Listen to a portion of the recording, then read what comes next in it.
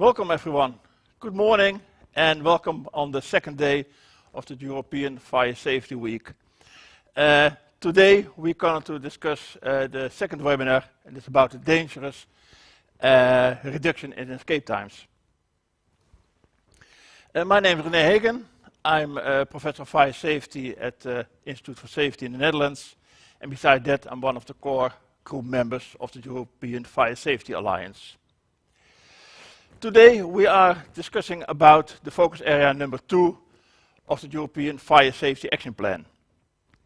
And now you can read it for yourself, but most of you know already the Fire Safety Action Plan. It's about the dangerous smoke propagation and the reduced escape times. Today on this webinar we especially focus on this issue, but then in relation to consumer products.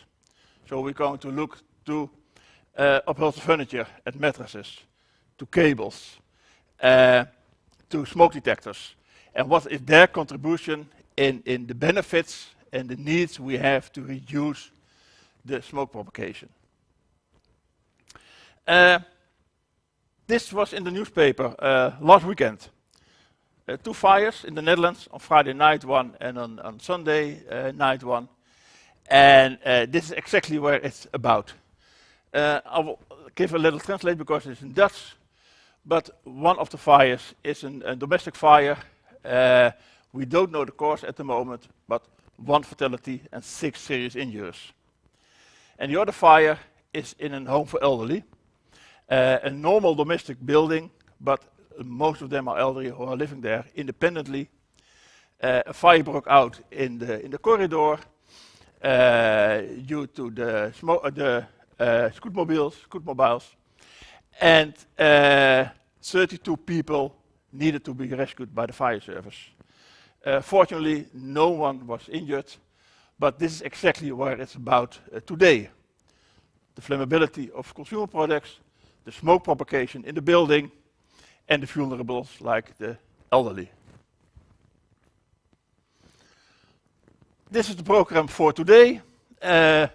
We're starting with Liewe de Witte about smoke propagation in experiments, what he did. And that is more or less the start of all the next speakers who are going to in depth into the consumer products and their solutions and contributions. We do that with smoke detectors, with Shane Lyons and Sanne Michielsen. We do it with upholstered furniture, the flammability of upholstered furniture, with Kay Kenna and Patrick Fox. We're going to have a look at the fire safety of mattresses with Geert Doorlag. And last but not least, we are looking for the contribution of cables in fires with Ruud van Liemt and with Nicolai Scirocco. And that brings us through the program and the discussion at the end. If you have questions during the presentation, you can use the chat function. So please do so. The speakers are behind the chat, so they will answer your questions or immediately or later these days of the coming days. And the most important ones, if they will bring up to the discussion part, we will have at the end of this seminar. And during the discussion part, I will ask questions and discussions between the speakers. Some are there live and some are there here on the screen. So this is the program for today. And then I would like to announce the first speaker of today. That's Liewe de Witte. And Liewe de Witte is a senior researcher at the Institute for Safety, the same institute where I work. And he will tell something about the major experiments we did on smoke propagation in domestic buildings.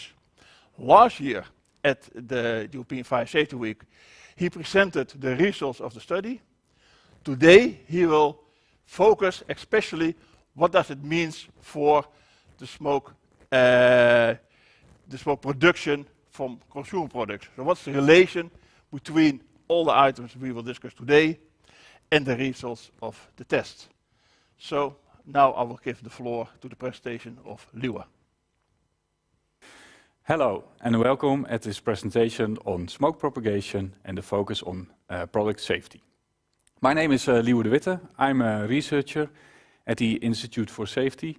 And today I will take you to this presentation where we will go into a couple of subjects. But first of all, in 2019 we performed a large research program into smoke propagation, where we put 19 fire scenarios in an empty residential building and looked at the smoke propagation outside the apartments. We did these experiments in 2019, and in 2020 we performed a report, and also in 2020 we presented the results at the European Fire Safety Week. So today I will look back at this research and will connect this research at product safety. And these are the topics I will go through.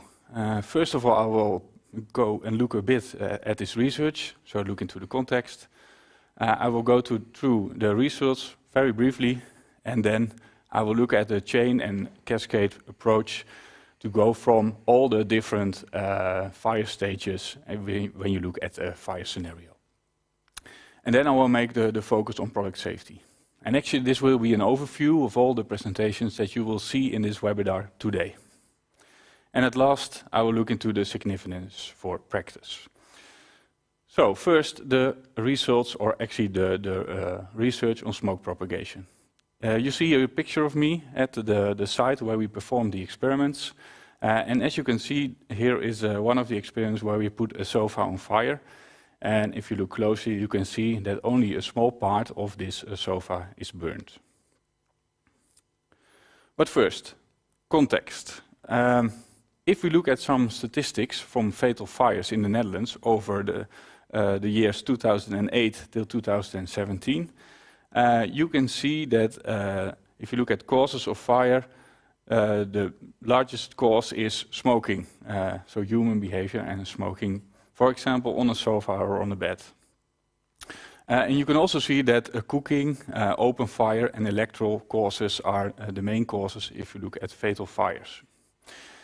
At the same time, this is kind of the ignition source. If you look at the object of origin, you can see that over a third of the objects of origin are, in this case, a chair, sofa and bed mattresses.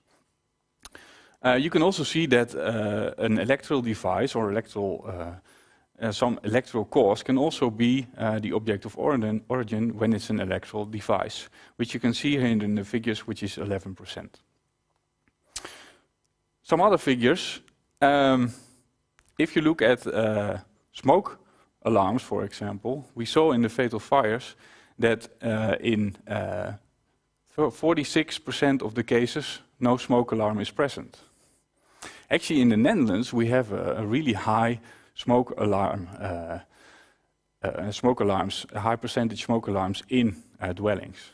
Over 80% of the dwellings in the Netherlands have smoke alarms, and for the coming years, also smoke alarms will be mandatory also in existing dwellings. But still, in the fatal fires statistics, you see that a large part of these dwellings don't have any smoke alarm. Another thing to mention here is the smoke propagation. I already talked to you about the research we did, but from the figures we also see that in most cases in residential buildings or in dwellings, the fire is gone out in the object or gone out in the room. So over 50% of the cases, the fire is not that big. You have a really small fire, but still there's a lot of smoke produced, and this smoke is propagating through the building. As you can see, the smoke is moving further than the fire actually is going.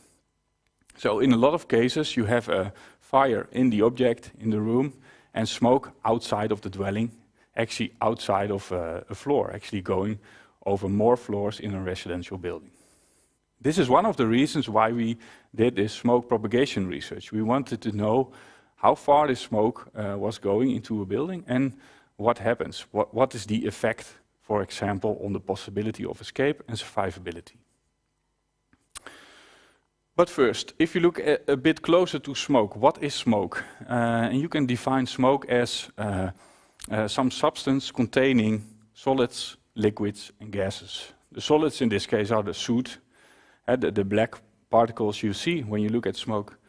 Liquids, for example, are water droplets, which are there in the smoke, which you can see as a mist. And then you have the gases. And the gases, the production of gases, for example, are there because of the fuel which is used. So it depends on what kind of fuel there is and how it burns, which kind of gases are produced. And here you see a video of two different kinds of solids, fuels. In this case, organic and synthetic, or wood or sofa. And you can see the difference here. Synthetic materials produce a lot of soot just by burning in an ideal situation. And actually what happens is they don't burn that well, so they don't burn ideal, which means that a lot of the fuel is not really paralyzed, or it's gone into the soot. So you have like all kinds of particles, solids left, which are there in the smoke. And this is in the case that there is enough oxygen, because you can see a very large room where there is enough oxygen to burn the fuel. But what happens in dwellings or in residential buildings, that you have small spaces, like a room where you sleep, so a small space where there could be a fire. And those fires are smothered really easy and really early in the fire stage. So what happens, the oxygen in the room is consumed, and then the fire is ventilation controlled or under-ventilated. And maybe you notice, but when you under-ventilate a fire, it will produce even more smoke. So in residential buildings nowadays, we see a lot of closed facades, small fires, smothered in the object, producing a lot of smoke, which is propagating through the building. So let's make the step to our smoke propagation research. What did we do? Actually, we put the most sold sofa in the Netherlands, and we put this in the dwelling, in the apartment, and this is the only fuel in this apartment.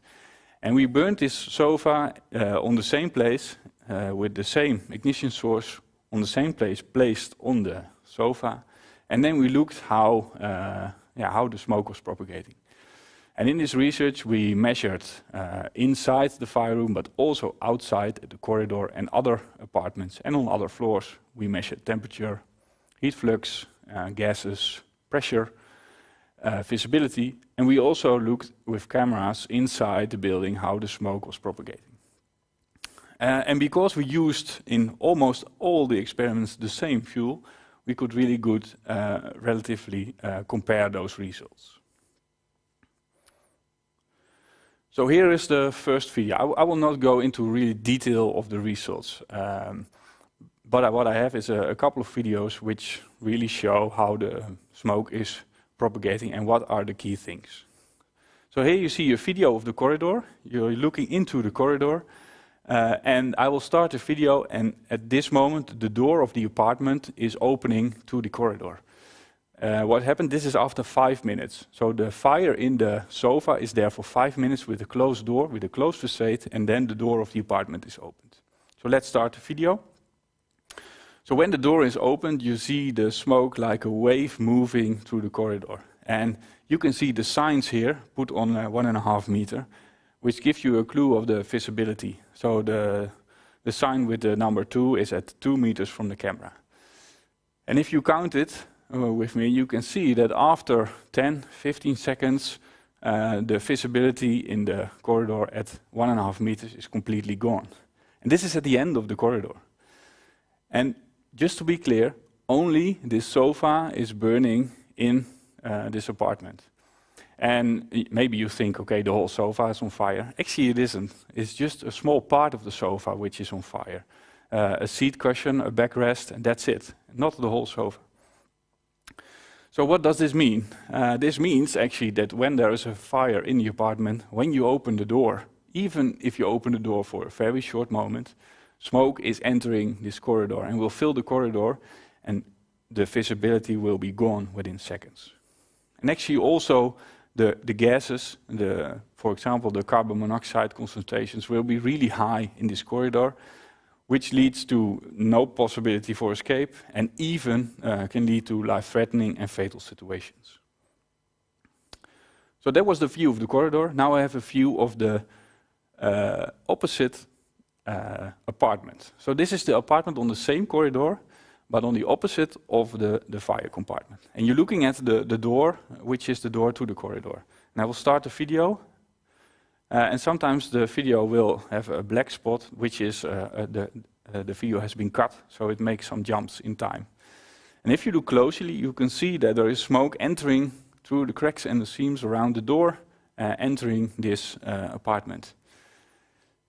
And you can see the black smoke. It's not a lot, so you're quite safe for some time in this apartment. But you can also imagine that you don't have any choice, because the corridor has this bad conditions that you cannot go to the corridor, because there could be a life-threatening or fatal situation for you.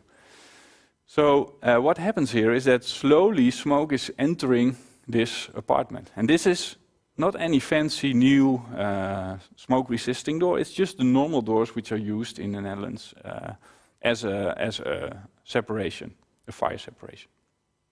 And actually, in this corridor, there also can be life-threatening and fatal situation after some time, after 10 to 15 minutes, for example, vulnerable and very vulnerable people. And at last, I have a third video which shows you different kind of smoke propagation routes.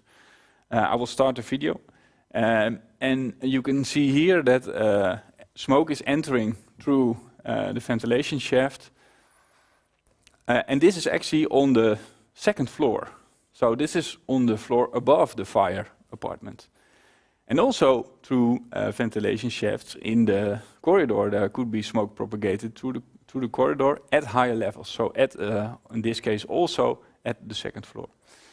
And another thing is that we saw that there could be smoke moved through electrical sockets. And this is also not, this is some apartment adjacent the fire apartment, where you can see that smoke enters through the electrical sockets.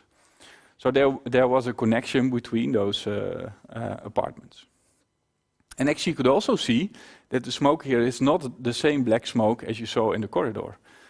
It has a different color. And that's because the soot cannot pass through really small cracks and seams. And this is another thing we saw.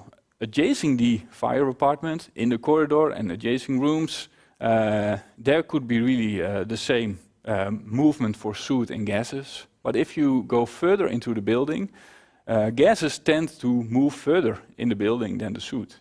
So you could have a clear vision for like 30 meters visibility and still really high CO concentrations, for example, 1000 ppm. So this is really short introduction and results of this research. If you come to conclusions, the effect of smoke propagation, the possibility to escape and survivability decrease rapidly after opening the door of the apartment. And persons in other apartments are stuck, so they cannot move to the corridor because it's a really bad situation. And smoke propagates, especially CO, over a large part of the building. And actually there's a difference between propagation of soot and gases. And we also looked at limiting the smoke propagation in this research. And what we saw is that individual measures are not enough improvement. So you need like more and a combination of measures to give enough improvement for all target groups. And then I mean average people, very vulnerable people and vulnerable people. And this combination needs to be a source and effect measure. For example, move to another inventory. We also looked at organic inventory. So we, in 2 cases, we did not burn a couch, but we burned wood. In combination with a closed door, this gives good results, and a mobile water mist system and a closed door.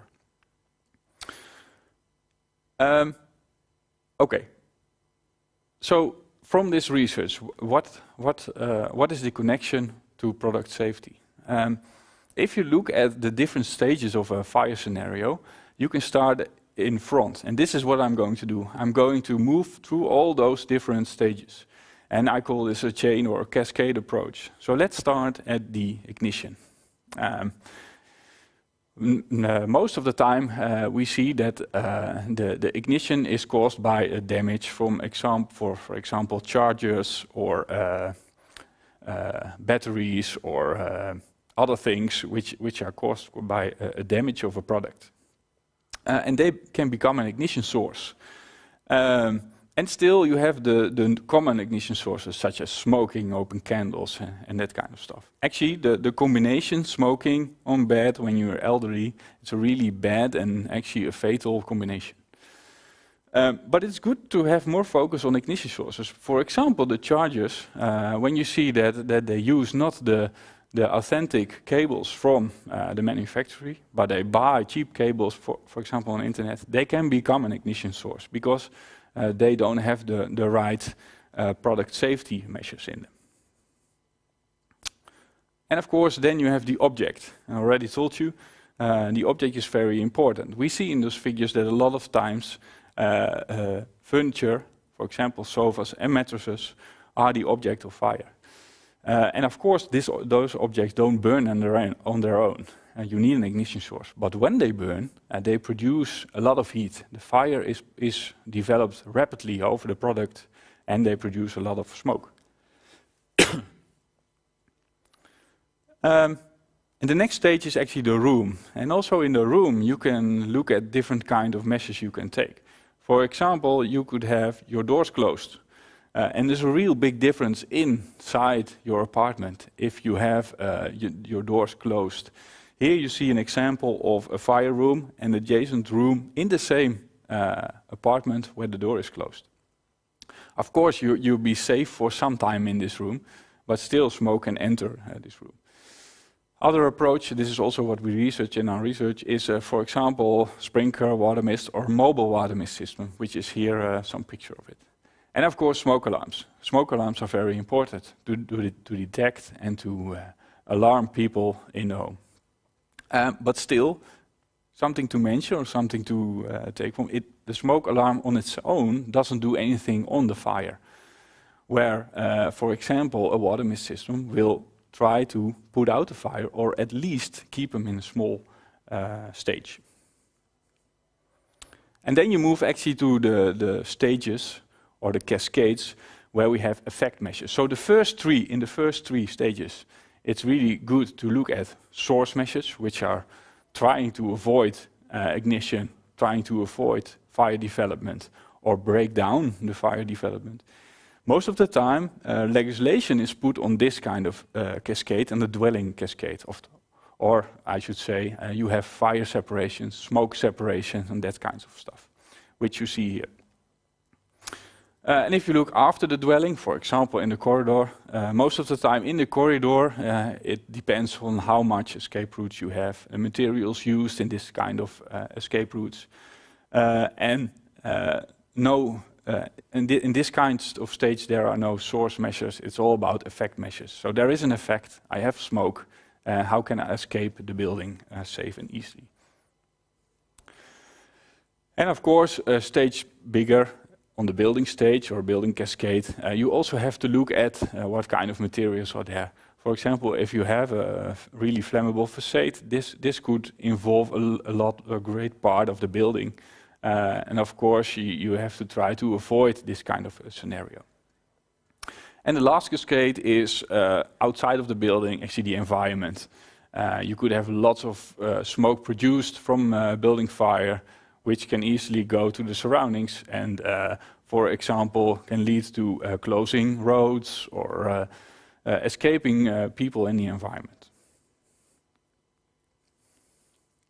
And if you look at this approach more deeper, then you can see that the first three stages, not a lot of in regulations, there are not a lot of regulations for the first stages. Actually, I think we should be more focusing on the first cascades, so ignition, object, and room.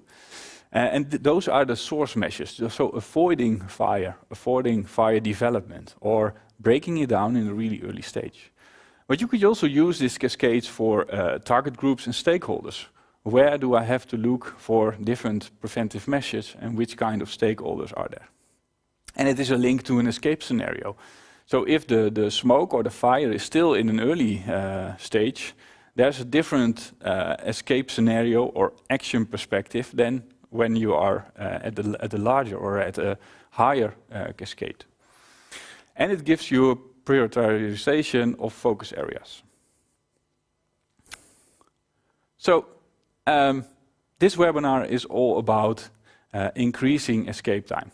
And nowadays we see that the escape times are decreasing and we want to do something about it. And in this webinar we will put the focus on product safety. Actually at the other presentations after me, all those kind of things here mentioned will be talked about. For example, about CPR compliance. Do we need more market surveillance on, for example, the compliance of products? Fire object. There will be a presentation about new innovations, if it comes to mattresses, furniture, and about product safety regulations, not only for furnishings, but also for home applications.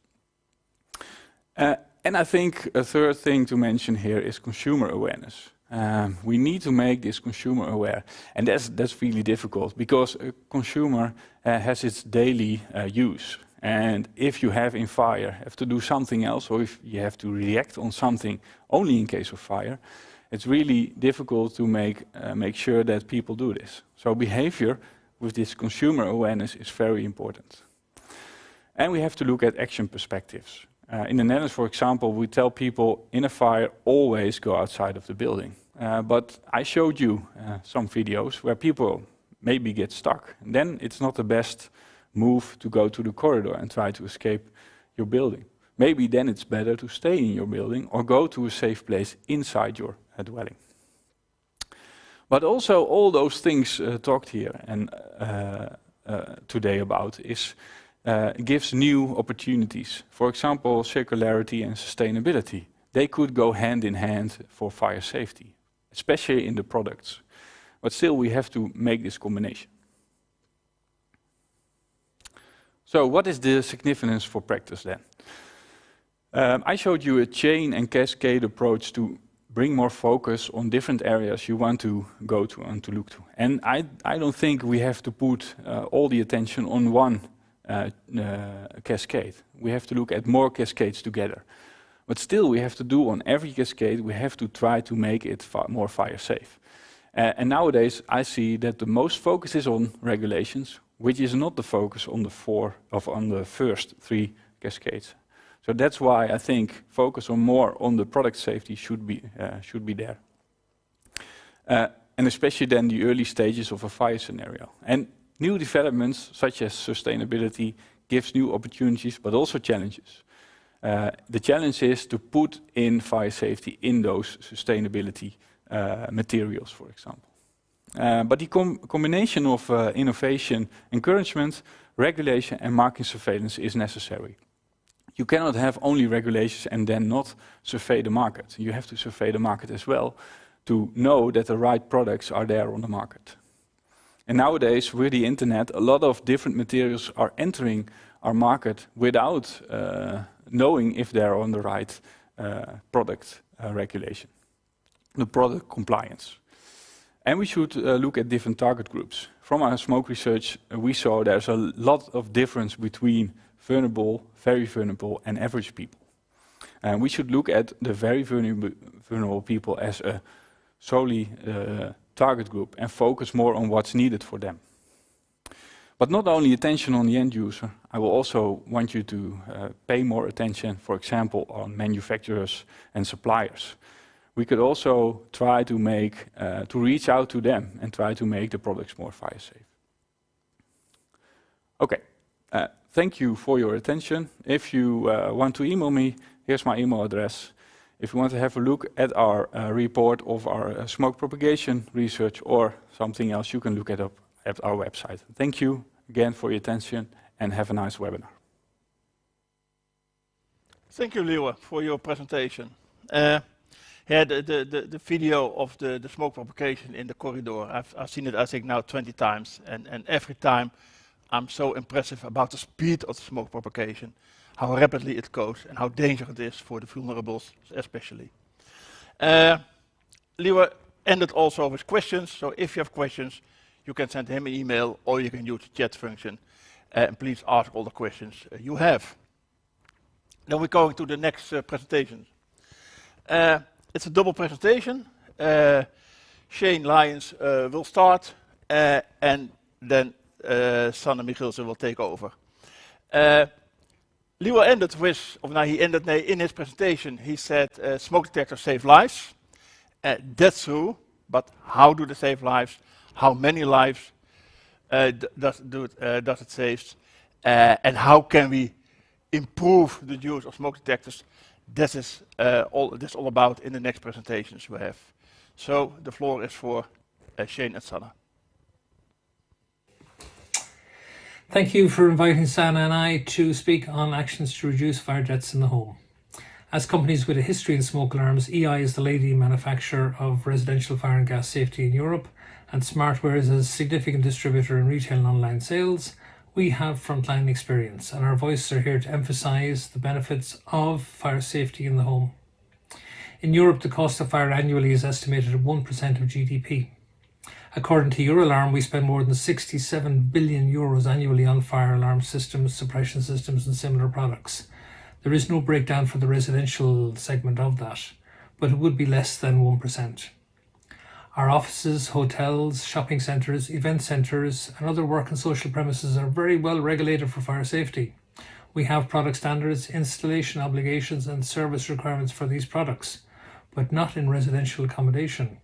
And it is in EU citizens' homes where most of our fire fatalities and injuries occur. Between 4,000 and 5,000 EU citizens die in fires each year, and over 70,000 are hospitalised due to fire-related injuries. Over 80% of the total occurs in people's own homes. Probable cause of 65% of fatalities is smoke intoxication, and 30% is due to burns. Therefore, smoke is the real killer. We spend 2/3 of our lives in our homes, and yet less than half of member states require fire detection and warning solutions in the home. We spend 1/3 of our lives in bed, and if a fire breaks out at night, only an 85 decibel alarm at less than 3 meters from your bed has a chance of waking you before the smoke and carbon monoxide renders you unconscious and unable to save you or your family. With an alarm in the home, your chances of escaping doubles, but many of our national legislators are overlooking the need to impose such a requirement on homeowners, our home builders. It is in our human nature to think it will never happen to me, and most of us do nothing unless regulation requires it. As far as I'm aware, at the moment, 12 member states have requirements for alarms in residential buildings.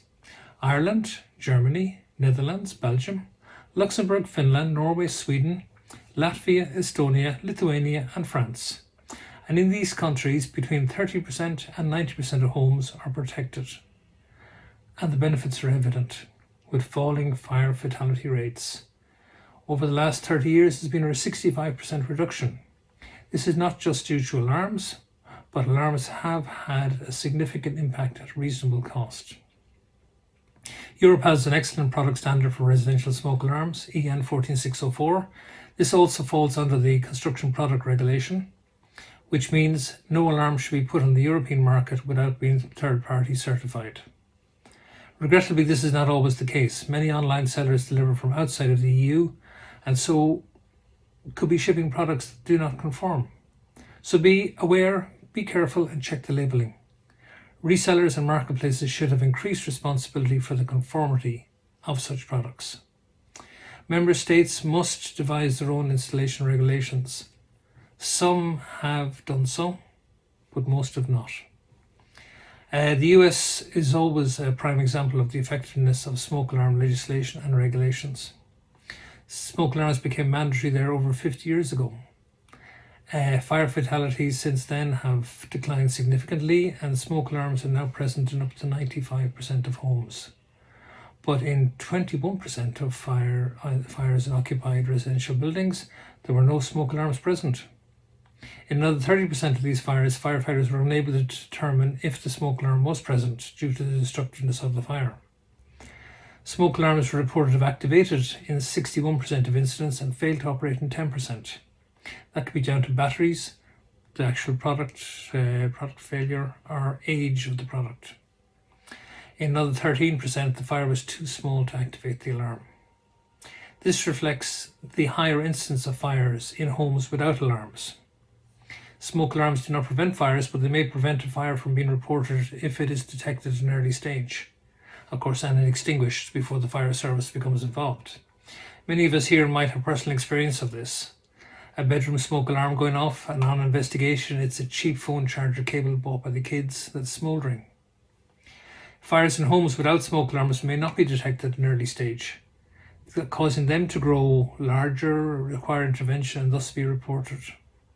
I regularly scan articles in the press on house fires to see if the presence or otherwise of a smoke alarm is mentioned. Usually it's only mentioned when the family get out safely. My smoke alarm saved my life. Sometimes the reporter does mention that no smoke alarm was heard, or a fire officer is reported no smoke alarm was present. All positive. If a fire occurs, properly installed and maintained smoke alarms provide an early warning signal to everyone in the home. So how are we going to ensure more are installed, maintained and tested regularly? Starting point is always legislation, requiring all homes to be equipped with working devices on every floor and close to sleeping quarters and danger zones. There are plenty of good examples of legislation across Europe. Installation standards to ensure correct guidelines on fitting and maintaining. Every week I get calls about double-sided stickers used to attach smoke alarms. We're talking about a life safety product here, requiring permanent fixation as per the test that was carried out on the product when approved 14604, to ensure it could be hit by a ladder or another object and not become detached or damaged. Anyway, the glue only sticks to the paint, and this frequently comes off with the sticker, so do not risk your life on a sticky pad. Awareness campaigns are very important on fire safety, on what prevention action should be taken, on electrical safety, on closing doors at night time, what to do in the event of a fire, escape plans, emergency numbers, on testing a smoke alarm, replacing the batteries, or better still, will be requirements to install alarms with sealed-in batteries that last 10 years and do not need replacing.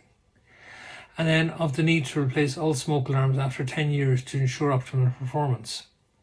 These are simple messages, but they need to be communicated by a government agency to get proper traction, and they need to be repeated a lot. Inspections to ensure compliance would be ideal, with the threat of penalties for non-compliance. As we know, sometimes a carrot only is not adequate.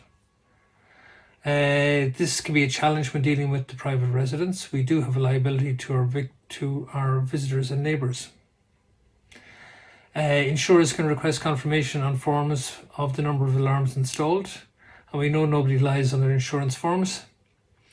A simple method is also to impose regulations to ensure working smoke alarms are present when the occupant or owner changes. Finally, assistance for the elderly and those unable to manage installing their alarm and checking its working is important. Product solutions exist, but nothing beats professional support. Low income is also a proven factor. Fire precautions do not rank when the priority is that food needs to be put on the table. And this is why landlords are generally responsible for installing and maintaining alarms. That also applies to maintaining heating systems, cleaning chimneys, and so on. Getting a free alarm does not mean it will be installed. In France in 2014, allowance was made for landlords to post alarms to their tenants if they didn't have access. The alarm didn't fit through the letterbox, therefore thousands of alarms were left unclaimed in post offices. Insurance companies did likewise and found that many of the tenants who did get an alarm never installed it, still sitting in its box years later. In the UK, fire officers actually do house calls and help those who need it to install their alarms. It's a fantastic service. In conclusion, I would ask the member states to consider requiring active fire prevention solutions such as domestic fire alarms in all new homes as an immediate measure to reduce fire deaths and injuries. For every €1 spent on smoke alarms, €69 are saved in fire-related costs. Now I'll pass you over to Sana for more ideas on our more specific actions. Hello and welcome at this presentation on smoke propagation and the focus on product safety. My name is Liewe de Witte. I'm a researcher at the Institute for Safety.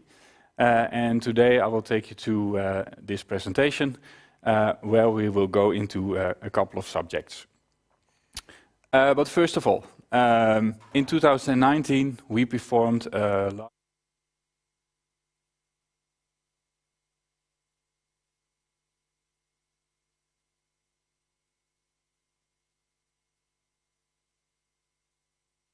Jane, for your explanation in the current situation in Europe when it comes to legislation and smoke alarms. It's great that we can do this together, because if there's one thing that we realize is that anything that we can do to create more consumer awareness in Europe, we have to do it together. So once again, thank you. After what you've just shared, we would like to also present to you how we think that we can make a difference in all of your different countries. Well, the first step that we need to take is that we need to find a partner, a reliable, trustworthy and neutral partner. So this would in a lot of cases be the local firefighters or maybe local government. The European Fire Safety Alliance will help us find these local partners. Everything that we do is inspired by the consumer campaigns that run, for example, in the Netherlands or in Germany. And these countries also make us realize that even with legislation in place, consumer awareness campaigns are still crucial when it comes to educating the consumer and making sure that smoke alarms have a place in European homes. So, how to achieve this? After we find the partner that we are looking for, we need to involve also commercial partners. Through retail and e-tail in many countries, combined of course with companies that target the professional market, the installational market, business to business. All of those combined can reach consumers.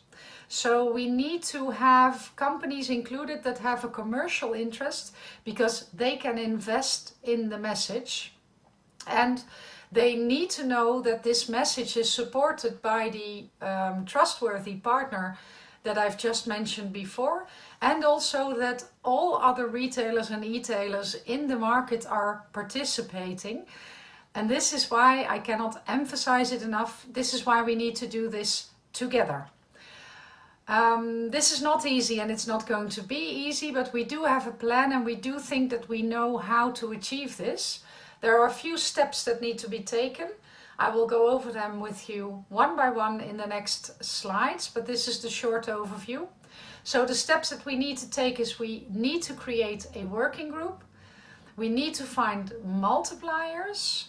We need to, of course, create a campaign, a slogan, a logo, and other information around the campaign that we all put together in a toolbox that all of the people involved can use to communicate the message to the consumers. So the first step that I mentioned was creating a working group. This working group would need to include all commercial partners or stakeholders, all experienced players when it comes to smoke alarms, who have a stake in the European markets. At first, this working group would need to define, of course, where to put the focus first, which country or region we need to address first. And then possibly per country or region we would have specified working groups with people who are focused on that market and who can work together, most of the times online. The biggest advantage of these dreadful times is that meeting online via Teams or Zoom or Google or whatever means that we have has become the standard, and it's less relevant to travel all over Europe for meetings. Of course, we can still have physical meetings, but it's not a necessity, and this makes it easier to get the right people in the right rooms to create these campaigns in Europe. In the working groups, we would have to communicate together, determine what the communication would be, so what the logo would be, what the slogan would be, how to target the market that we have identified, and we would need to determine, of course, what the timing of the campaign would be. This is a long-term approach. So this is not something that we create and that is happening and then in 3 months we will have all of the success that we anticipated. This is something that we need to work on together for a longer period of time. So that's why we need to have these working groups. One of the things that the working group would have to do is find multipliers in the specific country. And multipliers can be different kinds of groups or people. So firefighters is a good example of an excellent multiplier, or maybe people from the medical profession, insurance companies, but also chimney sweepers, branch organizations, maybe victims or victim organizations, other types of stakeholder groups, and of course, very important, we need to involve the press, the media, because they can spread the message like no one else can. Once we have identified multipliers and we start including multipliers in our communication, we need to give them something to multiply, something to spread. So we need to identify what the campaign would look like. On the screen you can see some examples of existing consumer campaigns in European countries, and they all have their own logo, they all have their own slogan in the local language. And of course we can work together with some of these very experienced agencies or groups to create a campaign for a specific European country that would maybe as an inspirational basis look like one of these campaigns. Everything we do to make sure that a consumer realizes that a smoke alarm will save their lives.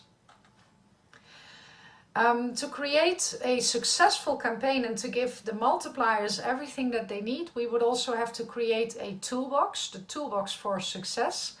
And this would be specific to the country that we are focusing on, but of course a large part of it will also be duplicated over the different European countries, or can be duplicated. And then of course the details would have to be determined within the individual countries. So this toolbox would contain, like I said, the logo, the slogan, and of course the campaign website. The website is very important for consumer campaigns because both consumers and multipliers need to have a place that they can go to find the information that they can use for their communication to the consumer. One of the important parts of the website would be the expert knowledge. So this could be location advice, this could be advice on how to safely charge your devices, on how to create an escape plan together with your family, or for example how elderly people can live in their homes safely and for a longer period of time without having the fear of them being hurt by fire. So all of this knowledge together would have to be combined and communicated on the website that would need to be created. And of course, next to the website, we also need to create social media input, as we have done before in other European countries. This could be images or banners, skyscrapers, or whatever that we need to give the multipliers something that they can easily communicate on social media, on LinkedIn or Facebook or Instagram or whatever social media they choose. Because the multipliers, together with the commercial distributors, they need to distribute the message, and social media is a very accessible tool, of course, to do this. But social media is not the only tool, because also we need to address retail. So the physical shops need to have information that they can share in the shop, in the point of sale materials like flyers, like brochures, like banners, any type of information that you need to communicate to the consumer who is in the shop, in the store, ready to buy a smoke alarm. Everything that we do, we need to create together. We need to decide together what is relevant for a market and what is not. Because, as I mentioned before, there is only one way that we can do it, and we need to do it together. This brings me to the end of what I wanted to share with you today. I would like to thank you all for making some time to listen to me and to Shane present this story to you. And of course, we would like to invite you to make yourselves known if you want to participate. We already have several big experienced players in the European market who are ready to join us. But anyone is welcome, as I said before. So if you have an interest, whether it's in the whole of Europe or in a specific country, if you have an interest or something to share, please contact the European Fire Safety Alliance, or of course use the Q&A after this part of the webinar to discuss live with us what the options would be for your country and how we can make something happen together. Thank you very much, and I hope that I will speak to you soon.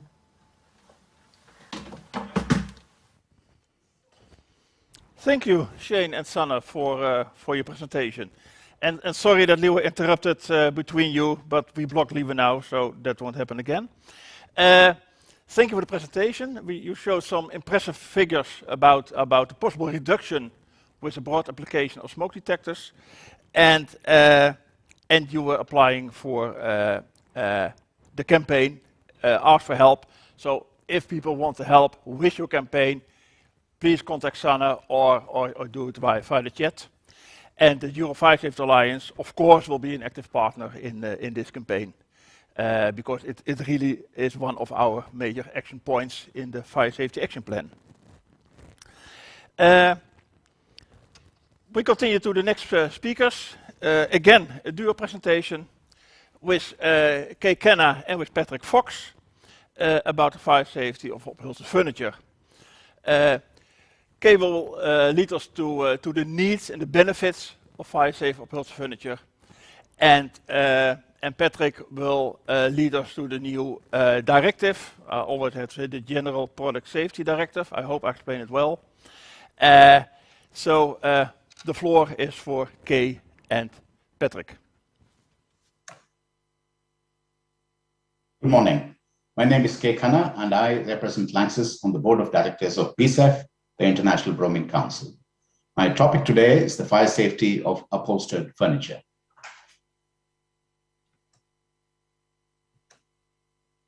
Now give me a minute while I work on the technology. The agenda is, as you see on the screen, we compare fire fatality rates for the UK and Ireland against that of the USA and the EU. Furniture flammability standards in these countries. Look at a couple of case studies, an overview of flame retardants, and draw some conclusions. Now, fire fatality rates. This is an interesting table. In the second column, you have the number of deaths due to fire in the home. And these are all official figures, by the way. The third column simply has the population in millions. And the last column is fire deaths per head of population. So the fourth column there is simply a division of the third by the fourth, deaths divided by population. And for the US and the EU 28, you see that the figure is about 10, whereas for England and Wales and Ireland, by contrast, it is in the region of 5. Now, why is this stark difference? Roughly half the fire fatality rates, or put it another way, the US and the EU have double the fire fatality rates. Now, we believe there is a strong correlation between the flammability standards and these sad figures. Another point to note is that in the EU and US, they have only smaller standards, whereas the UK and Ireland have an open flame test in addition. Moving on to fire safety studies. Now, this is an interesting study carried out a couple of years ago in the States, comparing the burning behavior of US and British and French furniture constructed to the respective standards. Now, what you see there on the screen is a freeze frame, 7 minutes and 11 seconds into the test.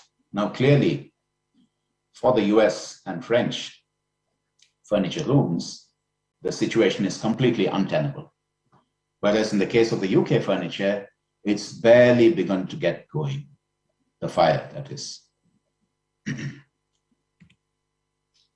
And these were the findings. The UK standards were 4 times more protective than the French and the US.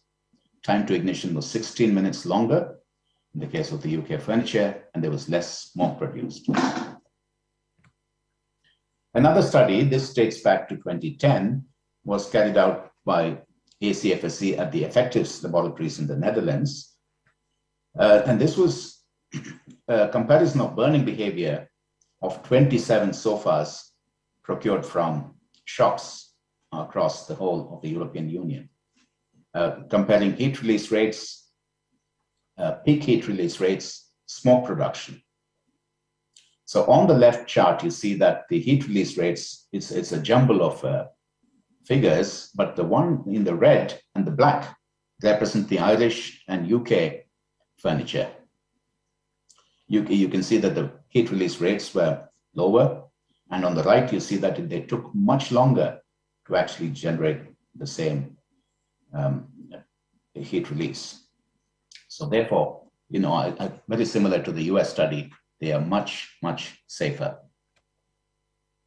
And I mentioned smoke production. On the left-hand side, you see that the smoke from the UK and Irish furniture, barely anything after 5 minutes of burning,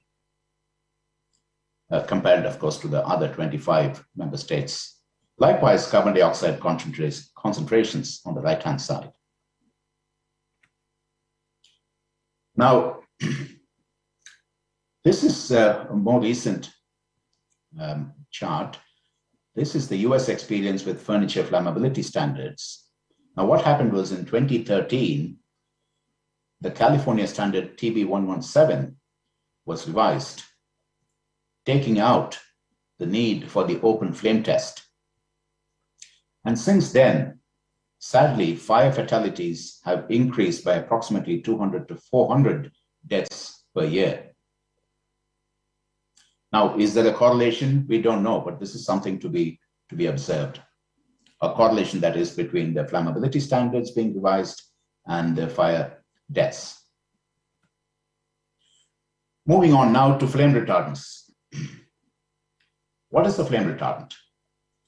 Now we look at the ISO definition, which it is a substance that markedly retards the propagation of a flame. So it's a function, basically.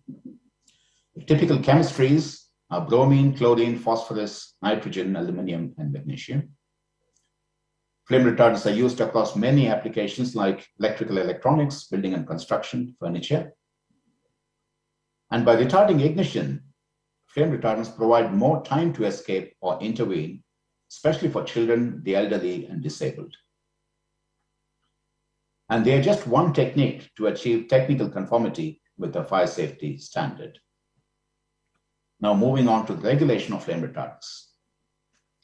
Now, safety of chemical substances, including flame retardants, is assured by chemicals legislation. In the EU, we have REACH, registration, evaluation, and authorization of chemicals, considered to be the most comprehensive chemicals framework globally. It is supervised by ECHA, the European Chemicals Agency, and the European Commission. And in practice, the burden of proof is placed on the registrant to demonstrate safety. Hazards, exposures, and risks are taken into account to ensure that chemicals are safe for use in their respective applications. And this all works on the principle of acceptable risk to human health and the environment. Finally, substances of very high concern are targeted for phase out and substitution.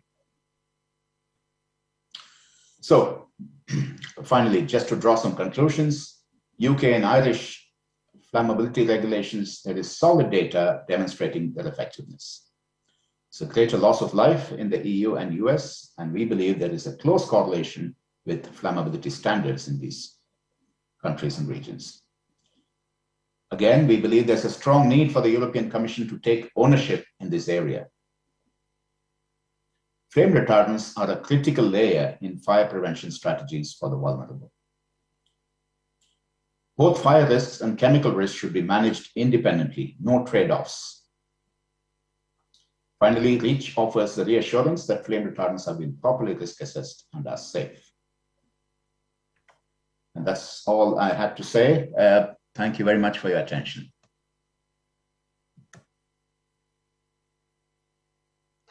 Good morning, and thank you for joining. My name is Patrick Fox, and I'm the Head of Public Affairs and Advocacy for BSEF, the International Bromine Council. I'm here today to speak to you about an opportunity to address flammability hazards in the new GPSR, or General Product Safety Regulation. Before I begin, let me tell you a little about BSEF. As mentioned, we are the International Bromine Council, and we are the representative body for bromine producers and producers of bromine technologies. Founded in 1997, BSEF works to foster knowledge on the societal benefits of bromine and its applications. The members of BSEF are Albemarle Corporation, ICL Industrial Products, Lanxess, and Toso. We have offices around the world and representatives in Europe, China, Japan, South Korea, India, and the Americas. Bromine can be used in a number of applications: the production of rubber for tires, in pharmaceuticals, in the treatment of water, and to assist energy savings. But the largest use of bromine in terms of application is as a flame retardant. These BF4s are used in building and construction, electrical and electronic products, in furniture and upholstery, and in transport. BF4s have some distinct benefits. They perform excellently in products for which they are used. They greatly reduce the likelihood of ignition, and they are resource efficient. In its 10-point action plan for EU fire safety, launched in 2020, the European Fire Safety Alliance highlighted a number of important reasons why fire safety needs to be addressed more broadly in the EU by policymakers, product manufacturers, and citizens. Two elements are particularly relevant with respect to product safety. Firstly, changing demographics, an aging and more vulnerable population. Each year in the EU, fire deaths total around 5,000, with 10 times that many injuries, according to conservative estimates. When it comes to fire, special attention needs to be paid to Europe's growing vulnerable community. According to Eurostat figures, last year, over 20% of the EU's population was aged 65 or over. The second is the dangerous reduction in escape times. Changes in material composition, as well as a range of products in people's homes, coupled with the trend towards more airtight homes for energy efficiency, is resulting in a trend towards dramatically reduced time to escape a fire. For those of you who are not familiar with the new GPSR, or the revision of the GPSD, please let me now offer you some background.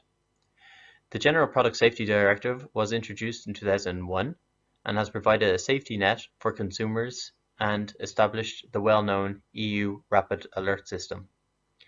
A proposal for a revised GPSD was put forward by the European Commission over the summer and is now in front of the European Parliament. The revision looks to take on board the advancements made in new technologies and online sales. It proposes to make the directive a regulation, thereby strengthening the enforcement and market surveillance. It also seeks to improve the recall of dangerous products in the hands of consumers and cover new product safety risks. Alongside the proposal of the new GPSR, over the summer, the Commission also published the relevant impact assessments. Some important findings include, firstly, the total loss to EU consumers and society from product-related injuries and premature death to be €76.6 billion per year. This is the sum of detriment caused by non-fatal product-related injuries and the cost of premature death where a consumer product is involved. So for example, accidents with tools, strangulation, electrocution, or indeed fire. Secondly, in February 2020, 6 consumer groups from the Buick network tested 250 electrical goods, toys, cosmetics, and other products bought from a number of online marketplaces. They selected the products based on possible risks and found that 66% of them failed EU safety laws, with possible consequences such as electric shock, fire, or suffocation. The GPSD is now 20 years old, and we believe it no longer reflects the rapid developments in products, material composition, markets, demographics, and use settings. This is particularly important also with respect to E&E goods, where the increasing proliferation of applications and devices in homes and offices is very clear. Equally, there has been evolution in terms of building materials, furnishings, and other products. For example, sofas which were once composed of horsehair are now filled with polyurethane foam in view of increased comfort, bringing with it additional fire safety issues. Our view is that one of the safety risks that needs to be explicitly mentioned in the new GPSR is that of the flammability hazard. Defective or non-standard products contribute to increased fire risk. In 2020, BSEF commissioned a study from FEPS, a leading fire safety standards consultancy. Its lead, Dr. Jürgen Treutsch, the author of the Plastics Flammability Handbook and a respected materials fire safety expert, looked at the prevalence of fire safety risks as a dimension in product recalls of electrical and electronic equipment. The OECD and RAPEX websites were examined, and as of August 2020, 3,667 and over 2,500 fire-related records were noted respectively. Of those, 7 categories in E&E were searched. 174 was the number of records reported for electrical supplies, 168 for batteries and chargers, 122 for heating and cooling, and so on. The findings give a qualitative overview and highlight the scale and nature of the different risks leading to product recalls, especially with respect to fire safety and the need to ensure materials used in products adhere to appropriate standards. In conclusion, and with regards to the current situation, it's clear that the GPSD provides EU-wide safety net for the safety of non-food consumer products. However, flammability of products is not specifically mentioned as a hazard. There is an opportunity to include a reference to flammability hazards of products and materials in the new GPSR, thereby recognizing its importance for consumer safety. With regards to expected results, well, products placed on the EU market for consumers would be safe and would not contribute to the risk of fire. This would mean less casualties and lowered costs for society. Many thanks for listening to my presentation, and I look forward to discussing this further with you. Thank you. Yeah, thank you very much, Kay and Patrick, for your presentation. And thank you for keeping us always informed about one of the most important issues related to fire safety, that's the flammability of upholstered furniture. And some of the questions I saw in the chat will surely come back in the discussion part at the end of this morning. Now we are going to the next item, one important one, that's the coffee break. We are a little bit early on schedule, 6-7 minutes, so you have some longer coffee break, but at 11:30 we're starting again with the next presentation of Geert Doorlaag. So enjoy your coffee and see you at 11:30 back.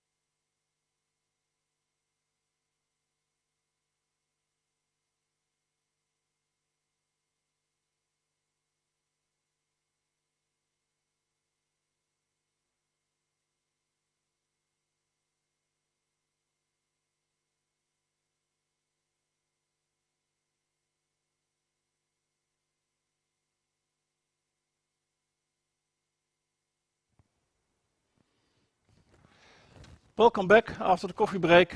We're going to start with the next presentation, and the presentation is from Geert Doorlag from the firm Alping. And Geert will help us through their efforts they made, their successfully efforts they made in improving the fire safety of mattresses on another way than using flame retardants. So I want to give the floor to Geert. Hello, good morning. Thank you all for inviting me today to talk to you about Alping, our innovation on circularity, and how that brought us fire safety as a bonus. I am Geert Doorlag and I work with the Royal Dutch Alping as a researcher. Our research program focuses on both sleep and sustainability, and the aim is to foster fundamental research projects together with universities, select and develop useful insights into applied research projects together with our partners, to in the end feed into a successful product development projects. Alping was founded in 1888 in Deventer in the Netherlands by Johannes Alping. I am good. We're Can a very you hear the well-known YouTube Dutch brand known presentation? for high quality and durable products. The company is still owned by the Alping family, who challenges us and facilitates us to work on a long-term responsible strategy. At Alping, we wake up every morning to work on our ambition of resting the world, because we believe a rested world is a better world, refreshed, open-minded and with a positive energy to take on new challenges and discover new opportunities. This photo is called Earthrise. It was taken by William Anders in 1968 during the Apollo 8 mission. This was the first mission to circle the moon, and so they were able to see the world from a completely new perspective. Besides being a beautiful image, to me it also is a representation of the finite resources that we have available, versus the limitlessness of human ingenuity and the power of cooperation overcoming collective challenges. If we would translate these insights into our own business, we see that every year more than 40 million mattresses are thrown away in Europe, most of which are burned. If you would put these mattresses end to end, you could circle the earth twice. An enormous waste of valuable resources. For us, that is not acceptable. And together with our partners in the supply chain, we see it as our challenge to make sure that all mattresses are reused and recycled into new raw materials. We work on this common challenge according to the Ellen MacArthur Foundation Butterfly Model. We use this framework in our business decision-making process. And to be completely clear on our level of ambition, here's a picture of how we define the differences between the classical linear business model at the left, in which raw materials are transformed into products that end up as waste. In the middle, we see a recycling business model in which materials are cascaded into secondary application. Waste is postponed but not prevented. At the right, we show the circular business model according to our definition, in which raw materials are recycled into new raw materials at the same level of quality within an economic perpetual process.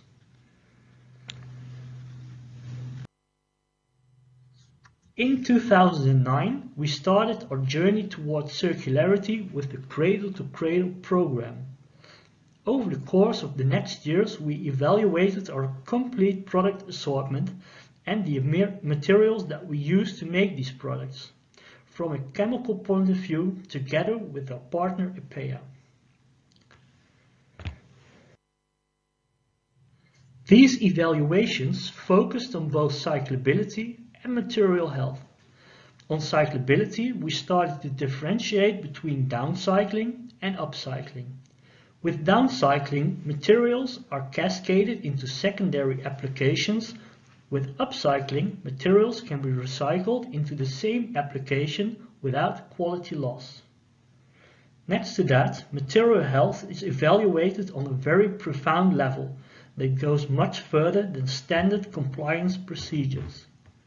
To us, this is very important in the circular economy, as you want to prevent unwanted chemicals to persist and accumulate in the circular material streams.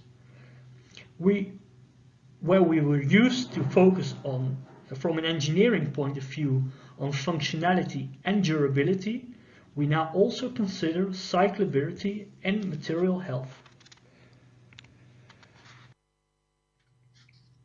Besides the product and the materials used, the business model and return logistics are very important in the circular economy.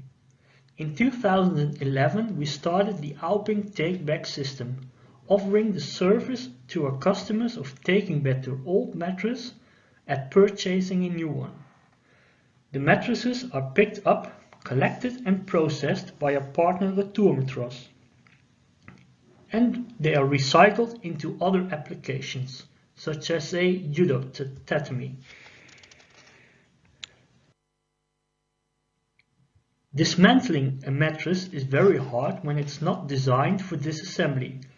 We find a lot of different materials that are all glued together and that can be downcycled into secondary products, but not upcycled into the same quality.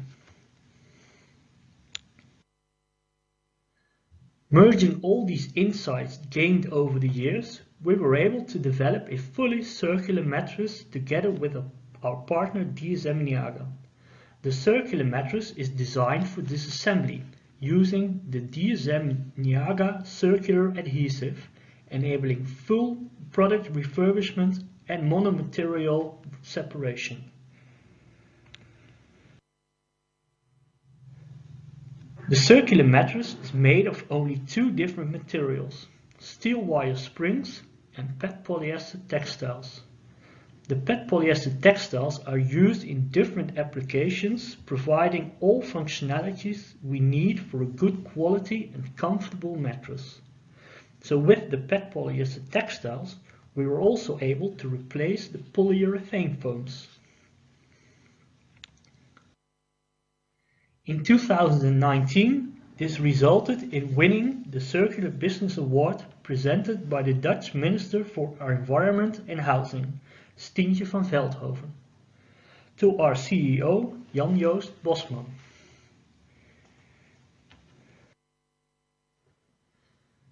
With the use of these new materials, we are now able to recycle old mattresses into new raw materials for the same mattress without loss of quality.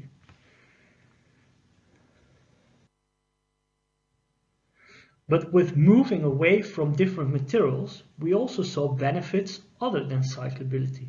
For instance, off-gassing. It's much better in our circular mattress compared to conventional ones.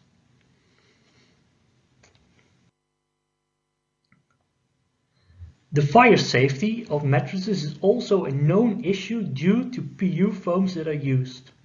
So with replacing these PU foams with PET polyester textile alternatives, we assessed that we might have a fire safety benefit.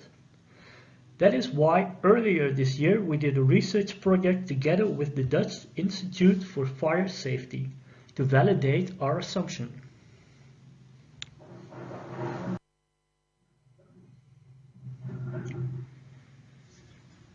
For the test, we used two different mattresses.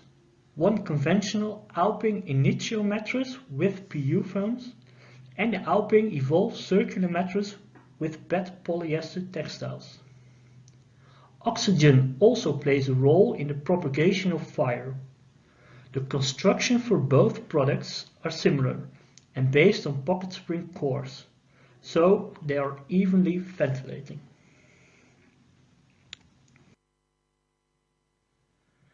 Both products were tested in line with commonly used fire safety tests used for furniture, the cigarette test and the CRIP 5 test.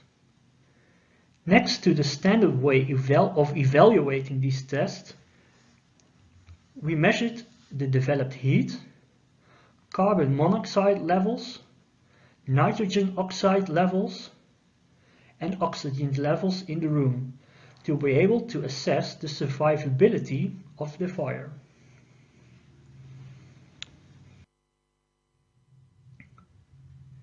Both matrices passed the cigarette test, so that didn't prove to be a discriminator for the fire safety of the products.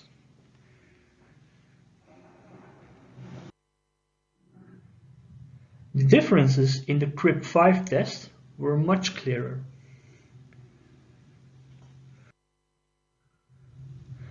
For instance, the temperatures in the conventional mattress test rose to above 600 Celsius, with the circular mattress only risen by approximately 1 Celsius.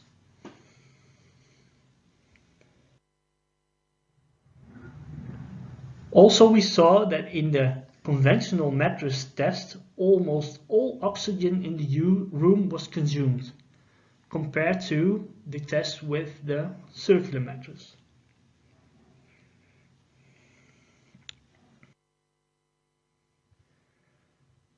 Together with the other parameters, such as heavy smoke propagation, this resulted in a survivability assessment of just 6 minutes for the conventional mattress and a limitless amount of time for the circular mattress.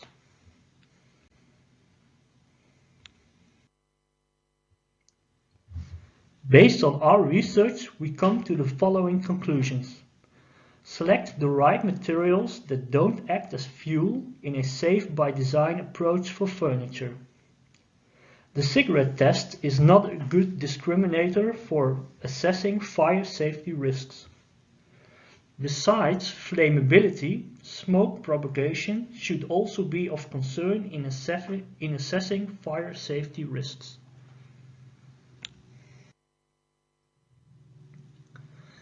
So this was my presentation. If you have any questions, please feel free to ask. You can ask me now or anytime at my email address. Thank you very much for your attention.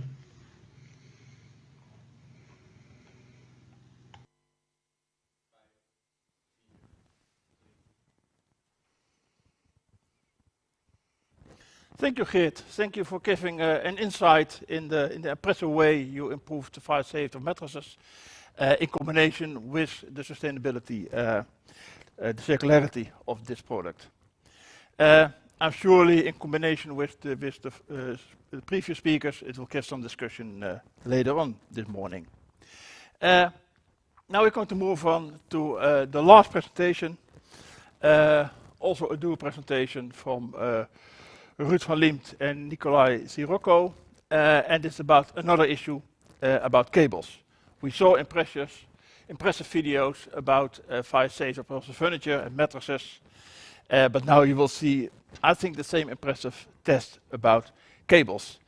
And it's about fire safety cables, but moreover, it's about the market surveillance. And they, in this video, in this presentation, we'll see the combination with fire safety on the one side and the market surveillance problems on the other side. So I will give the floor now to Ruud and Nicolai. Hello everyone, very welcome to our presentation today. Thank you for taking the time. My name is Ruud van Liemt. I'm a researcher at the Fire Service Academy in the Netherlands. And today I'm co-hosting this presentation with Nicola. He is the chair of the CPR Compliance and Communication Work Group, and he works at Europa Cable. Today we're going to talk about the impression test we did with cables, about the fire and the burning behavior of cables, and also about the importance of CPR compliance. This is the outline for today. First I will introduce why we are going to talk about this and why it's important to know the fire safety of cables. I'm going to show you how the impression tests we did were set up and what the results were. And we're also going to talk about how CPR contributes to fire safety. First, to start up, why do we have this presentation? Well, electricity is a vital part of everyday life. We can't imagine living without electricity anymore, but it can also be a hazard in our everyday life. Somewhere about 5,000 people in the European Union die in residential fires every year. In the Netherlands, 30 people die. And 26% of those fires, those fatal fires, are caused by an electrical problem. Furthermore, we have an ongoing electrification of our society. We have solar panels, we have electric vehicles, so that could be an indication of still increasing risk. So it's important to look at the fire safety of cables.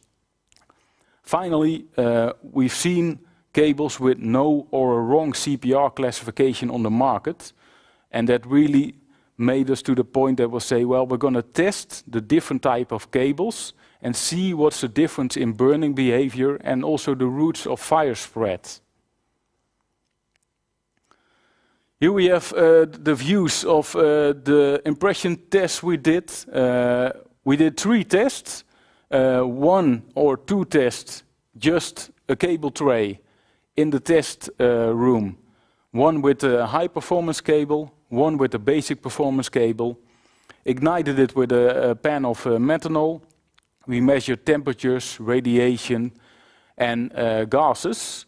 And with that we could mainly look at the burning behavior, the difference in burning behavior, and also what kind of gases come from the burning cables. And what does that do with the possibility to escape or the survivability? The third test we did was with a basic performance cable in an office environment. In that test we wanted to see, well, in which ways would a fire spread? Would it be just the cables that burn, or would it go further, maybe spread to other objects inside the room? Now for the next part, we're going to do one of my hobbies. We're going to look at videos of fire. I think it's also Nicola's hobby, but maybe he will tell you a little bit more about that later.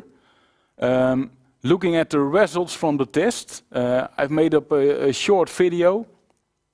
On the right side we have the basic performance cable. On the left side we have the high performance cable. It's a video from start till the end, and it's speed up 10 times. So it's 10 times faster than real. We're going to start the video. This is ignition point. So now you will mainly see the methanol as the ignition source burning. And you can see on the right hand side, the basic performance cable, it really spreads very fast. And within 3 minutes, the fire is already at the horizontal part of the cable. After 4 minutes, there are burning droplets falling down from the cables. You can see it right now. 1 minute later, 5 minutes, the vertical part is almost burned completely away.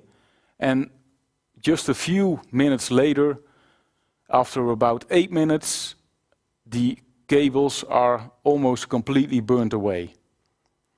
Just 8 minutes, quite a big set of cables, completely gone. Now, looking at the left-hand side with the high-performance cables, you can see there is some burning and a little addition from the cables to the fire. But when the fire goes up a little bit more, further away from the ignition source, there is less heat entering the cables, and eventually the fire will die out itself. We did the test for about 20 minutes, and we can see a gradually decrease of the fire size, and after 20 minutes it was almost completely burned out. We're just gonna look for the end of this video. On the right hand side there's not much to see anymore, and you can see the decrease in fire size slowly on the left hand side.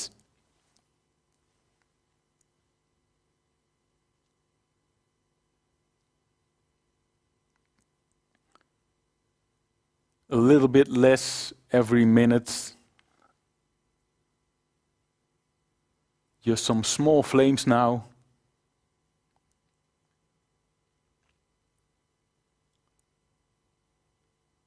and then I'm entering the room to suppress the last bit of flames. So you can see there's quite a big difference in burning behavior with the basic and the high performance cable. Now we're going to look at the office tests. I'm going to show different parts of the office test, starting from ignition until the end point where I suppress the fire. On the left-hand side, you can see if the video is speed up. So starting at the ignition, of course, I put the gas burner outside of the test room. It's better for me. Then I go back inside to shoot some video. So you can see here, we have a desk, we have a desk chair, we have a monitor. After about 1 minute and 30 seconds, the first smoke is starting to arise on the top of the test room. And you can see how fast the fire is spreading over the cables. Then after a bit more than 3 minutes, you can see the fire that will spread to the desk by heat radiation. The painting fell down, and that's why the monitor fell down. And now at about 4 to 5 minutes, some burning droplets will fall down, and they will cause the fire to spread to the carpet, also to the desk chair. And at a later point in time, the other chair will also start burning. And that's when the fire really starts to increase with its intensity.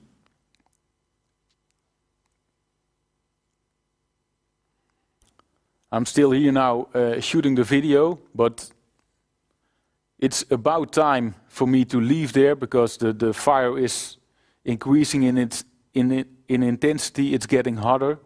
So at some point I have to move a little bit more further back to into the container, further away from the fire. This is almost the point at about 5 minutes 30 seconds. You can still see a lot of intensity, almost the whole width of the container full of flames, and that's why I really had to move backwards. And about in this point of time, the gases on the top of the container also start to ignite, and that's the point where I had to move out of the container. Here in the outside view, you can see how much smoke is coming from just a few things burning inside the test room. You can imagine if the door of the test room would have been closed, how much smoke would have been inside this container. And after 11 minutes, we had to extinguish the fire because otherwise all our measurement equipment would burn away as well. So we had to salvage that and extinguish the fire. Well, to summarize up our findings, you have seen there's a big difference in the burning behavior of basic performance and high performance cable. With the cable test, with the door open, there was not really a life-threatening situation. So just the cables burning does not mean that you will die inside this test room, but probably with the door closed, it would have been different. Within the office test, with the fire spreading to other objects, there was a life-threatening situation after 5 to 6 minutes. And we've really seen, well, cables can be the starting point of a fire, but they can also add to the growth or the spread of the fire to other objects in the room. This is the part I wanted to talk to you about the impression test. And now Nicola is going to take over from me. Ladies and gentlemen, it is my pleasure to follow up from Ruth's presentation on the impression burning, which Europa Cable, the voice of Europe, leading wire and cable manufacturer, had commissioned to be conducted. We did so because we are concerned. We are concerned because whilst the so-called construction products regulation provides a common technical language to assess the reaction to fire performance of cables permanently installed in buildings, in reality, we again and again see that non-compliant cables are installed in buildings. The test conducted by IFV show the risk resulting thereof. A basic performance cable put in an office environment reduces the escape time dramatically. For Europa Cable, it is vital to ensure stringent implementation and surveillance of CPR. This is key to enhance our safety. First of all, I will kindly ask you to watch the 3-minute video. The main focus is on the different behavior of two cables. Specifically, it's a comparative study of a CPR basic performance cable and a CPR higher and more fit-for-purpose cable. What is new in these tests are two aspects. First, they were carried out by fire professionals, as we see route, not cable experts, the Fire Service Academy, partner in the EuroFSA.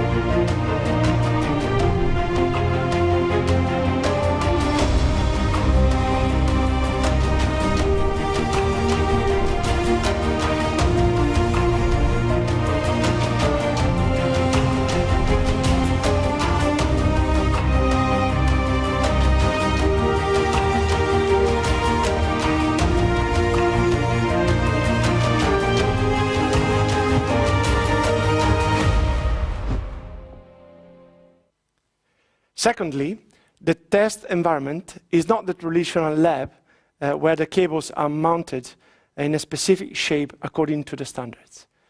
Instead, the in-pressure test, as we name it, was done in a realistic environment. Namely, it's not about laboratory tests, but about impression tests in a building-like environment. The ultimate goal of this descriptive study is to get an impression of the fire behavior of the the high performance and basic performance cables and link this measurement to the probability of escape and survivability in a built area where ignited. If we look at our world, electricity has become a vital part of everyday life, and in the 40 years, electricity consumption has doubled. However, in addition to the benefit it brings, electricity can also be dangerous if it's not managed properly. Every day, about 5,000 people in the EU die because of a residential fire. Allow me to jump to a clear conclusion. CPR compliant cables show a positive contribution in the direction of fire safety. Let me elaborate more on this concept. Indeed, the test results emphasize the importance of CPR compliant cables to be installed at all times. Specific for electrical fire safety, the findings show the importance to ensure that the appropriate cables, according to construction products regulation requirements, are used in the respective settings. Indeed, products and systems compliance with national and EU standards and regulations are essential for making Europe safer. All cables used in the European Union and permanently installed in any type of building are subject to CPR. Our clear warning and call for responsibility: it must be prevented that non-CPR compliant cables are installed. It is important that cables in electrical installation are designed, installed, used and maintained properly as per CPR.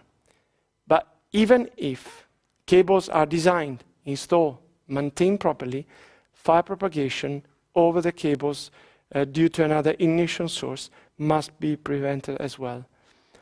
The tests make it clear that using basic classes of cables not in line with required levels of fire safety increases the risk of electrical safety issues, which can result in a fire or in a fire propagation with unacceptable risks for the level of fire safety. With the basic performance, a fire propagates fast over the cables, and when installed horizontal, multiple burning droplets fall onto the floor and keep on burning. With the high-performance cable, a fire propagates slowly over the cables. Indeed, the fire is not propagated outside the directly affected section of the ignition source. The takeaway from the experiment is that a fire in the basic performance cable and in a furnished room can cause a rapid fire propagation, resulting in an impaired escape and fatal conditions within 5 to 7 minutes, and a flashover within 7 to 8 minutes. The comparative facts show that the high-performance cable reaches its peak intensity in 10 minutes, whereas the base cable is faster, only 4 minutes and 32 seconds. As a result, for the latter, the available time for a safer escape is shorter, half. Furthermore, the base cable will have burning droplets falling down and making the living conditions very hard. For the second, no droplets have been registered. Finally, the maximum temperature reached is 340 degrees Celsius for the base cable, in comparison to 110 degrees Celsius for the high-performance cable. We cannot survive in the first scenario. It's simply hot in the second. Compliance with requirements is essential for Europe's vulnerable citizens, for whom, like the elderly, escaping is most often not a safer option.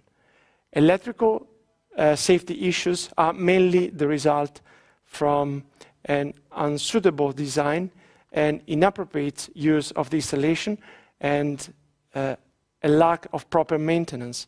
More importantly, poor and substandard electrics and fraudulent products are finding their way into the market, increasing the risk of electrical safety issues. The finding clearly shows the need to be fully CPR compliant at all time. Therefore, Europa Cables calls for, first of all, look for compliant cables. Only CPR compliant cables to be placed on the European market and installed in buildings. Substandard, fraudulent cables increase risk of a fire. As a second point, check for required performances. The choice of cables to be installed has a direct impact on fire propagation and escape time in case of a fire. Low performance cables not in line with required fire safety level may have a fatal consequences for people in case of a fire. And finally, have an active role in supporting market surveillance, contribute to stronger, stringent market surveillance to enforce full compliance with CPR requirements. Too many cases of non-compliance can result in fatal dangers for people in Europe. We are looking forward to working with EuroFSA on highlight the need for stringent market surveillance as a part of the EuroFSA program. We will seek to raise awareness thereof with all stakeholders involved, and we are looking forward to an active exchange with relevant authorities so that we can support them in working for Europe, for a safer Europe. So all these actions will assure that the required level of fire safety is achieved. Please make responsible decisions and show a professional behavior always.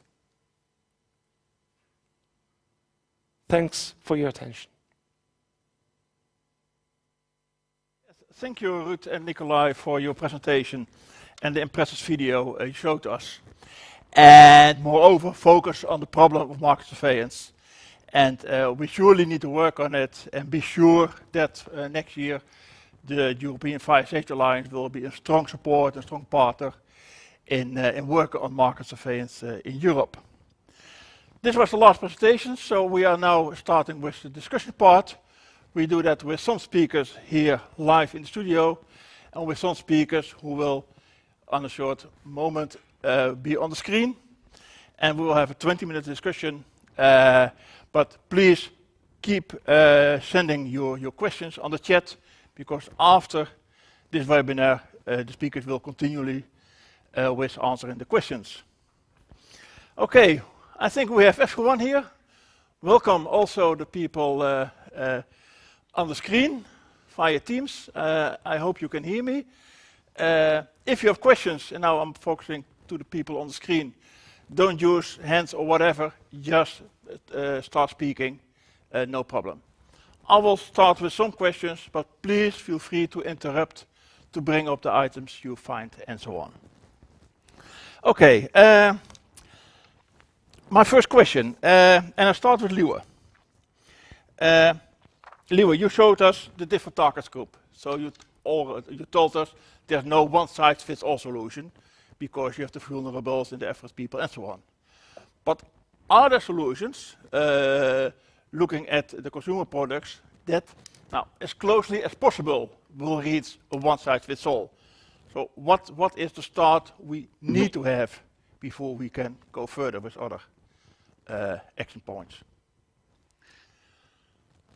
Yeah, so what we saw from our research is that the conditions are changing in the residential environment. So you have different fires, elderly people, more vulnerable groups, which means that the traditional focus on effect measures in building regulations is not enough. So that's something to take into account. And that's why I think it's necessary to go to more product safety solutions. And if you look at those solutions, you should start at the source. And in all the presentations today, the focus has been on ignition and on fire development and fire and smoke propagation. And that's the key thing. The solution should not be only on ignition or only on avoiding ignition or avoiding development. It should be on both. And there's a key thing. And I think those two things are not put really good into test methods and other stuff. So mainly the focus is, for example, on a cigarette or on a small open flame, but then the same solution will produce other results with a bigger ignition source. So the focus should be on both things. That's why I think it should focus on the for example, on upholstered furniture in the first place, because those are main contribution in the statistics. And then not only on the object itself, but also on the ignition source. So I think there should be the focus. Yeah. Okay, thank you. That brings me up to the upholstered furniture. So maybe a question for Kay and Patrick. I think everyone agrees that the flammability of upholstered furniture is one of the main, or maybe the main contributor to fatal fires in Europe and even outside Europe. And we also know that REACH allows some flame retardants. And besides that, there is still a lot of debate. I also saw it on the chat. And Kay, you said we should look at the fire safety and at the chemical risk separately. Can you explain that a little bit more for us? Yes. Sure. Thanks, Rene. Good question. Furniture flammability, you made that point that is the key issue, or one of the key issues in Europe, contributing to a number of fatalities. And you clearly are the expert on that aspect, fire safety, and the entire team. So that is the domain of the fire experts. When it comes to chemical safety, it then comes down to companies like ourselves. We are responsible for the safety of our products. We are responsible companies, and we place products on the market which are compliant with the regulations wherever they are in the world. And in the EU, we have REACH, which I mentioned. So that is a separate issue. We have to distinguish the two. We are mixing up, to me, the two issues. You deal with fire safety, set the performance standards. Liu mentioned that, explained that extremely well. The time to ignition, avoiding ignition in the first place, that is key. You set that performance standard and let the means, in other words, how to comply to people. And we had this excellent presentation about the mattress, circular mattress, and other means. And we, in the chemical safety world, we say that there are many safe products and substances. Yeah, thank you. That brings up to the mattresses, Geert. You showed us another solution. You're not working with flame retardants, but with avoiding the polyurethane foam. Two questions for you. But let's start with the first one. Is your application only useful for mattresses or also for other products with polyurethane foam, like upholstered furniture? Yeah, I think the short answer to that would be is that there is a big potential for our solutions to be translated into other products, other segments of the market. I think further than that is that as we take on a responsible and circular design approach, it's that we take in functional properties that are designed into the product, but we also take into account impacts that might not be intentional from the product, but we do take them into account.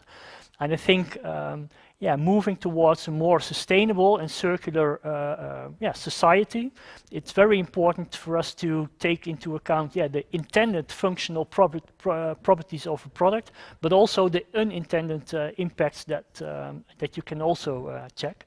And in that sense, I think that's to be translated to all products that you can imagine. Okay, thank you. And then the cables. Something else. Normally we have consumer products and we're talking about mattresses, we talk about upholstered furniture. But now we saw also the problem with the cables. Not that there isn't good regulations, because different than with upholstered furniture and mattresses. We have good regulations, but we saw the problem of the market surveillance. But about the test, the first question to Ruud maybe. You showed us a test, and on all the slides you stated those are impression tests. What do you mean with impression test with, now let's say, the normal standard tests? Well, with impression tests, we try to mimic a real-life situation. So with a standardized test, you have to standardize everything in case it needs to be repeatable. And with the impression test, it was the most important thing is to try to mimic a real-life situation, so that it will be easier to translate the results of the test to the real-life environment. And the real-life environment, you mean the possibilities to escape, the possibilities to survive for people. Yep. Yeah, and that's more than the exact behavior of the test. True. Okay. The big issue of market surveillance. Nicolai, you stated it in your presentation, but I also saw it in the presentation from Shane and Sanne. The problem of market surveillance. Can you explain for us again what is exactly the problem of market surveillance in related to fire safety? First of all, let me highlight the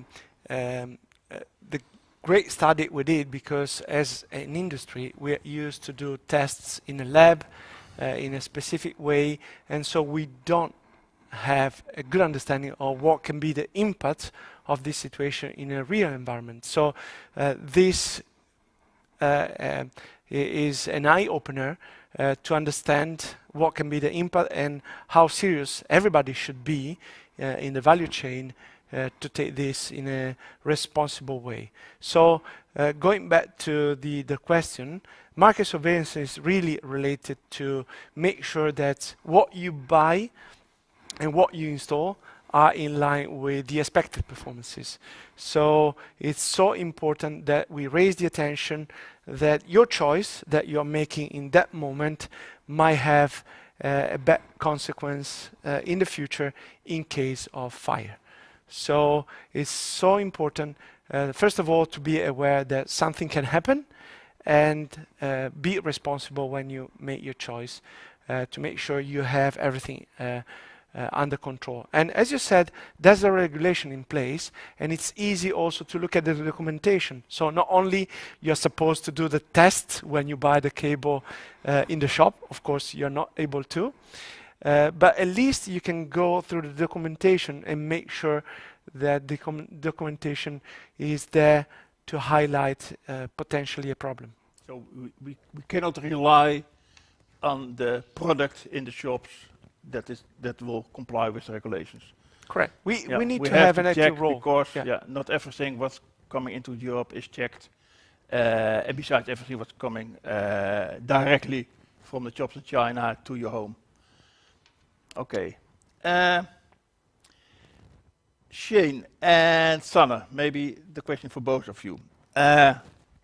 We saw also in the test from Liuwe that besides the flammability of the products we now discussing about, that the smoke detector is the first part you have to do. All the tests Liuwe showed us was with a smoke detector, so then you have an early warning. So that's always the start, and then together with the flammability of the products, and the smoke propagation of the products. But at the same time, we see a lot of campaigns in Europe and the United States about closing the indoor doors, like in the United States, the close before you dose campaign. I think when all the indoor doors are closed, that means something of hearing the smoke alarms when you not have it in every bedroom. How can you tell something about that? How do you connect with the smoke detectors and to hear them with all the indoor doors closed? Well, Sanne, if I could take this one. I mean, I would believe that most countries that have evolved smoke alarm legislation are requiring multiple alarms per property. So, for example, in Germany, it is required to have one in each bedroom. In the UK, the requirement is one per floor and one in the master bedroom. so that the alarms have to be interconnected. So if a fire starts and a smoke alarm detects it, even if the door is closed, it will transmit the alarm to the master bedroom first of all and to other connected alarms. But a smoke alarm will sound at 85 decibels at a distance of 3 meters. And even with sound attenuation from a closed door, you will lose 10, maybe 15 decibels, but you should still be able to hear the alarm in your room if you're not more than 3 meters away.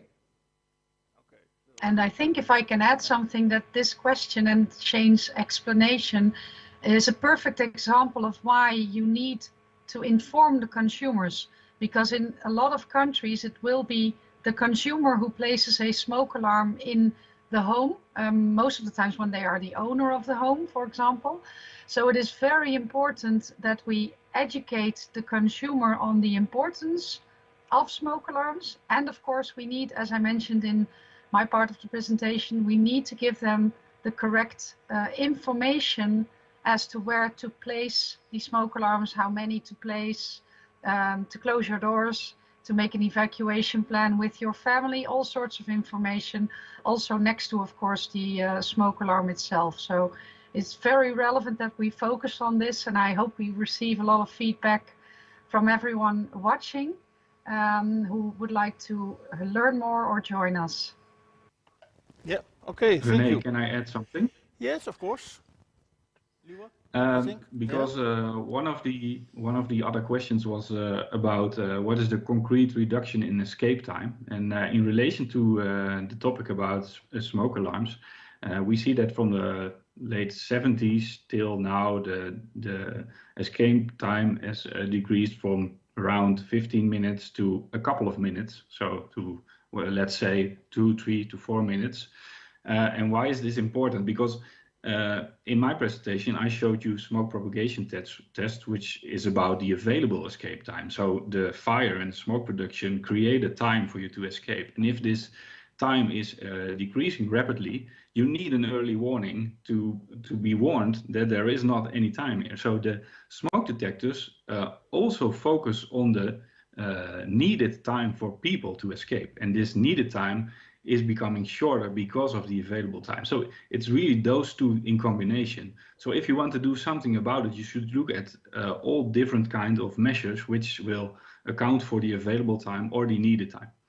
So that's why it's important to have early warning smoke detectors in your residential buildings, in your homes, at the right places, not only in the corridor in your dwelling, but also in every room, bedroom, living room to detect the fire and alarm you. Yeah, no, thank you. The importance of smoke detectors is obvious. And on the other side, also the flammability of mattresses, upholstered furniture, cables, because especially for the elderly, we see that the smoke detector, only a smoke detector, is not always sufficient enough. Did you receive any questions that you will bring up now to all of the speakers? Or did I pick them all up in my questions? I didn't got any questions in the chat, so No? maybe Was it too clear? I'm not sure, but maybe some of the others received any questions they still need or want to answer.